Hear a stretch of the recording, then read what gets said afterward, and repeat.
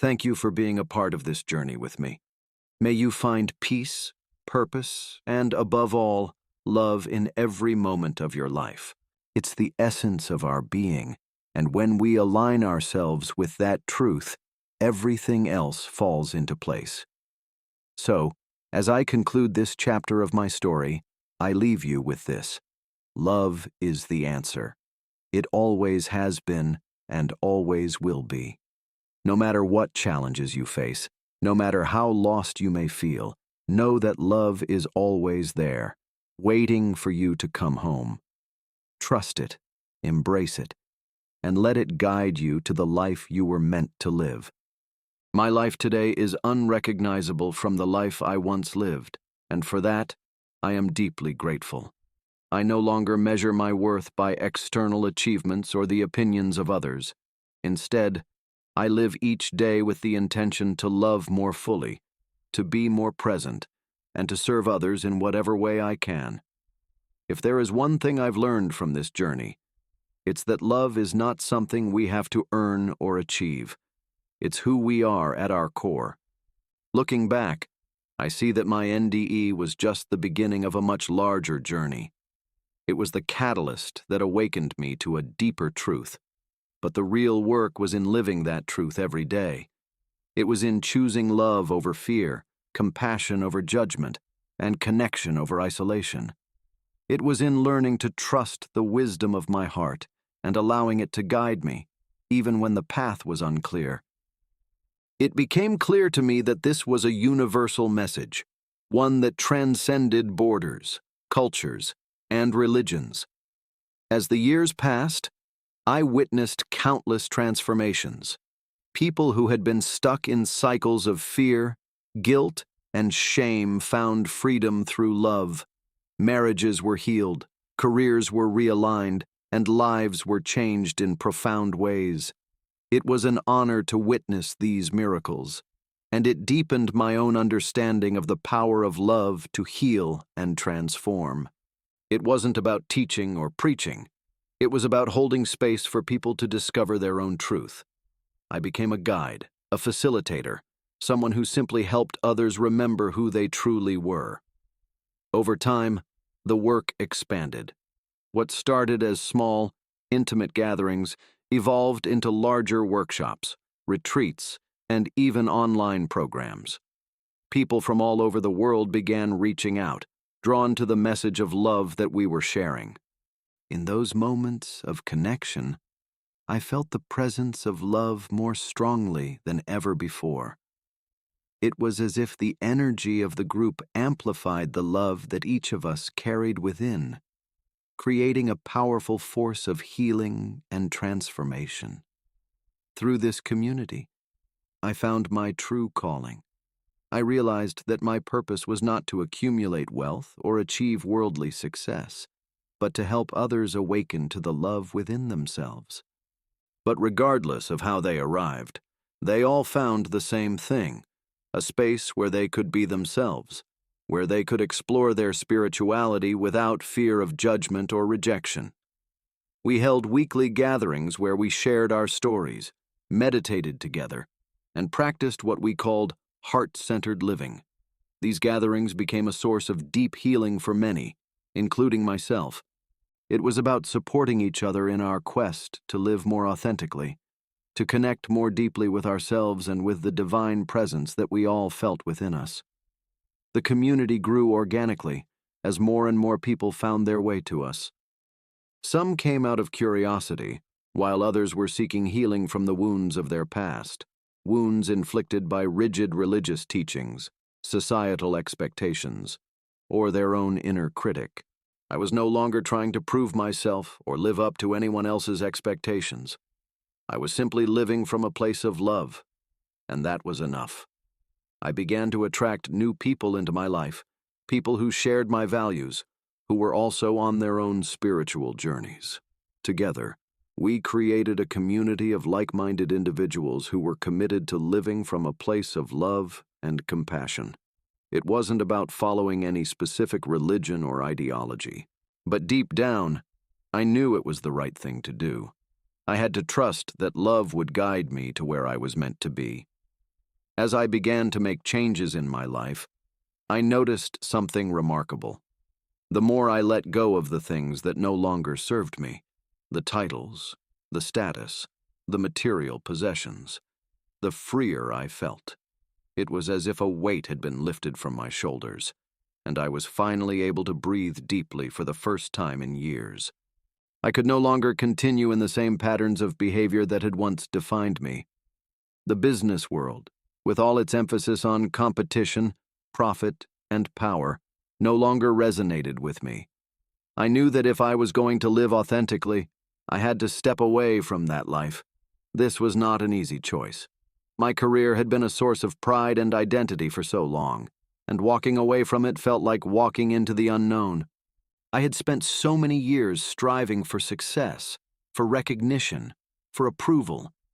Now, all of that seemed so hollow, so meaningless in the face of what I had discovered. I questioned everything: my career, my relationships, even my role as a father and husband. What did it mean to live a life based on love? How could I align my daily actions with this newfound truth? It wasn't long before I realized that living in alignment with love meant making some difficult decisions. I found solace in nature, taking long walks in the woods or sitting by the ocean, where I felt most connected to the presence of love that had touched me during my NDE. The more time I spent in these quiet moments of contemplation, the more I began to hear the whispers of my own soul, guiding me toward a new way of being. One of the biggest challenges I faced was how to reconcile my new understanding of love with the life I had built before my NDE. There were years of conditioning, years of beliefs that told me I had to be this or that in order to be loved or accepted by God. It took time to unravel those beliefs, to release the grip of fear that had held me captive for so long. In those early days, I spent a lot of time alone, meditating, reflecting, and trying to integrate what I had learned. It was in the eyes of the people I met, in the laughter of children, in the beauty of nature. Once I saw it, I couldn't unsee it. It was as if the world had transformed, or rather, I had been transformed. And now I was seeing the world for what it truly was, a reflection of divine love. I wanted to immerse myself in this new way of living, to let go of the fear and judgment that had governed my life for so long. But it wasn't easy. And while I always felt a deep sense of reverence, I now realized that I had been missing out on something even more profound, a relationship built on love, not fear. I started to see God differently, not as a distant figure watching over us from above, but as the very essence of the love I had experienced during my NDE. This love was everywhere, within me, around me, in every interaction, in every moment of kindness and compassion. Faith was about opening your heart to love, allowing yourself to be vulnerable, to trust that there is a force greater than yourself, and to live in alignment with that love. This was a radical shift in thinking for me. I had spent most of my life viewing God as a being to be revered, even feared. My relationship with God was one of duty and obligation. I prayed because it was commanded of me. I fasted because it was required. I had always believed that Islam, and religion in general, was the path to that connection, and in many ways, it had been for a time. But the more I examined my experience, the more I understood that faith, in its purest form, wasn't about following a set of rules or rituals. It wasn't about being right or adhering to a prescribed doctrine. Some were people I never would have expected: hard-nosed businessmen, skeptical scientists, even religious leaders from different faiths. What I realized was that, deep down, many people were searching for the same thing I had been searching for. They were tired of the rigidity of dogma, tired of living their lives according to someone else's rules. What they wanted was connection, real, meaningful connection to something greater than themselves. I wanted to give people a glimpse of the freedom I had found, The freedom that comes from realizing that love, not fear, is the guiding force in the universe. As I began to share my story more openly, I noticed something interesting. Though many people rejected or dismissed my experience, there were others who leaned in, curious, eager to hear more. Some thought I was delusional, while others just dismissed my experience as a dream or a figment of my imagination. But I knew better. I had lived it, felt it with every fiber of my being. And while I understood that not everyone could relate to what I had experienced, I couldn't just let it go. It became my mission, my purpose, to help others see the world in the same light. It wasn't tied to any one tradition or faith. It was universal. In the months that followed my experience, I struggled with how to articulate what had happened to me. Words felt so limited, so inadequate. I wanted to shout it from the rooftops, tell everyone I knew that love was the answer they had been searching for all along. But when I tried to explain it, people looked at me as if I'd lost my mind. As I continued to reflect on the lessons from my near-death experience, NDE, it became clearer to me that love wasn't just an abstract concept or an emotion. It was the very fabric of existence. Everything I had previously considered valuable, money, status, religious correctness, faded in comparison to this simple but profound truth. Love, as I experienced it during my NDE, was the essence of life itself. It transcended all boundaries, cultural, religious, even personal ones. So, wherever you are on your journey, whatever you're going through, know that you are loved, that you are worthy, and that the answers you seek are closer than you think. Thank you for listening to my story. I hope it has inspired you, and I hope it has helped you in some way. If it has, please share it with others, because the more we share our stories, the more we spread love, and the more we change the world. And once you find the courage to look within, to connect with the love that's been there all along, you'll find the peace and purpose you've been searching for. This is my story, but it's not just mine. It's the story of all of us. We're all on a journey. We're all searching for something, and the answer is always the same. Love. Love is the answer. It's the only thing that truly matters. And once you realize that, everything else falls into place. If you've ever felt lost, if you've ever wondered what the point of all this is, if you've ever questioned your faith or your place in the world, I'm here to tell you that you're not alone. The answers you're looking for aren't out there in the world. They're inside of you. And in doing so, I've found a peace and fulfillment that I never knew was possible. Looking back, I realized that everything I went through, the success, the struggles, the near-death experience, was all leading me to this moment. It was all part of the journey, part of the lesson I needed to learn. And now, I see my role not as a teacher or a leader, but as a guide, someone who helps others find their own way to love. Because in the end, that's all that matters. They were letting go of their fears, their doubts, their need for control, and embracing love. And in that love, they were finding the peace and purpose they had been searching for. It's been years since that day in the hospital, and my life is completely different now.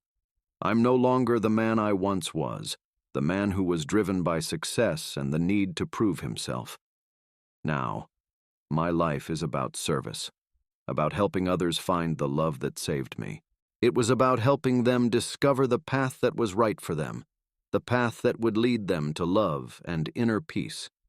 The center grew slowly at first, but word began to spread. People from all walks of life started coming, Muslims, Christians, Jews, atheists, all searching for the same thing, a deeper connection to themselves and to the divine. And as I worked with them, I saw the same transformation that had happened to me happening to them. That's when I knew what I had to do. I couldn't keep this to myself. I had been given a gift, a second chance, and I needed to use it to help others. So, I started a center for spiritual healing, a place where people could come, regardless of their background or beliefs, and find the love and support they needed. It wasn't about converting people or making them follow a certain path. We talked about our experiences, shared our stories, and supported each other as we tried to navigate this new reality. It was liberating to be in a space where I could speak openly about what I had gone through without fear of judgment or rejection. And the more I shared, the more I realized that my experience wasn't unique. So many people are searching for the same thing, for connection, for meaning, for love, and they just don't know where to find it. In fact, it was one of the hardest things I've ever done. But with every step I took, I felt more at peace. I began to meet other people who had experienced similar things, people who had also gone through near-death experiences and come back with a new understanding of life and faith. Together, we formed a small community, not based on any religion, but on the simple idea that love is the foundation of everything. I could either continue trying to fit into a life that no longer felt true to me, or I could embrace the new truth that had been revealed to me. It was one of the hardest decisions I've ever made, but in the end, I chose to follow love. I walked away from the mosque, from the community, from the life I had known, and I began a new journey, one that was focused on love, compassion, and spiritual healing. It wasn't easy. The rejection from my community hurt more than I could have imagined. People I had known my whole life, who had once looked up to me as a leader, now saw me as a heretic, someone who had lost their way. They couldn't understand the profound transformation that had taken place inside of me. To them, I was simply someone who had strayed from the path, and they weren't interested in hearing about the new path I had found. In the face of this rejection, I had to make a choice. I tried to talk to people about what had happened, but no one understood. My family, my friends, my community, they all looked at me like I was crazy. I even went to my imam, hoping for some kind of guidance, but he dismissed my experience as a moment of weakness, telling me that I needed to rededicate myself to the teachings of Islam. But how could I? How could I go back to the way things were when I knew that everything I had believed in wasn't enough? I told myself that it was just a dream, a hallucination brought on by the trauma of surgery. But the truth of what I had seen and felt was too strong to ignore. The words, "Love is the answer," echoed in my mind constantly. And the more I thought about it, the more I realized how much of my life had been lived in fear. Fear of not being good enough, fear of disappointing my family, fear of failing in my faith. The doctors told me I had been dead for several minutes, that my heart had stopped during surgery, and that it was a miracle I had come back. But I knew better. It wasn't a miracle that had brought me back. It was a choice. A choice made by that presence of love to give me another chance, to show me what I had missed, and to allow me the opportunity to make things right. At first, I tried to push the experience aside. But in all of that, I had missed the point. My faith, my prayers, my fasting, they were all meant to lead me to love, to connection, to compassion, and I had missed it. When I woke up in the hospital, my body weak, but my mind sharper than ever, I felt like a different person. I had been given a glimpse into a truth that I had never known before, and now I had to figure out how to live with it. Real, unconditional love, not the kind that comes from fulfilling obligations or following rules, but the kind that exists beyond all human constructs of right and wrong. It was a moment of absolute clarity. I saw my life stretched out before me, not as a series of accomplishments or failures, but as a series of missed opportunities to love and be loved. My entire focus had been on success, doing what was expected of me, being the perfect example of a Muslim businessman. You've been looking in the wrong place. In that instant, I understood. All the years I had spent searching for answers in rituals, religious texts, and community traditions were misplaced. Not because these things were wrong, but because I had been using them as a shield against the very thing I needed most: love. As I drifted deeper into this space, I encountered a presence, an energy that I can only describe as pure love. It wasn't a figure from Islam or any other religion. There were no angels, no prophets, no familiar spiritual beings. It was simply an overwhelming presence of love and compassion, and it communicated with me in a way that transcended words. This presence told me something that would forever change the way I saw the world. Love is the answer. Instead, something remarkable happened. It felt like I was being pulled into a place of pure light and peace. It wasn't like anything I had ever experienced before. There was no pain, no fear, only a profound sense of calm. I wasn't thinking about my life, my successes, or even my family. It was as if all of that faded away, and I was left with only the essence of myself, stripped of all the material and superficial things I had believed mattered. I ignored it at first, thinking it was just stress. I had been pushing myself hard, after all. But the pain didn't go away. It grew worse, radiating through my arm, until I couldn't breathe. I don't remember much after that, just flashes of faces, voices calling out, the sound of sirens, and the cold, sterile lights of a hospital. Then, everything went dark. In those moments when my heart stopped, I didn't experience the void I had always feared. So, I prayed harder, fasted more, and spent more time in the mosque, hoping that one day the peace I longed for would find me. But it didn't. The more I searched, the more distant it seemed, and the emptiness inside me only grew larger. Then came the day that would change everything. It started as an ordinary day. Business meetings, emails, calls. But by late afternoon, I began to feel an overwhelming sense of fatigue, followed by a sharp pain in my chest. A void, a sense of spiritual poverty, a feeling that no matter how much I prayed, fasted, or followed the teachings, there was something I wasn't connecting with. It was as if I was going through the motions, doing everything right on the surface, but I didn't feel the inner peace that faith was supposed to bring. I continued to seek answers within my religion, telling myself that maybe I wasn't praying enough or wasn't sincere enough in my faith. It wasn't that I was dissatisfied with my life or my faith. Quite the opposite.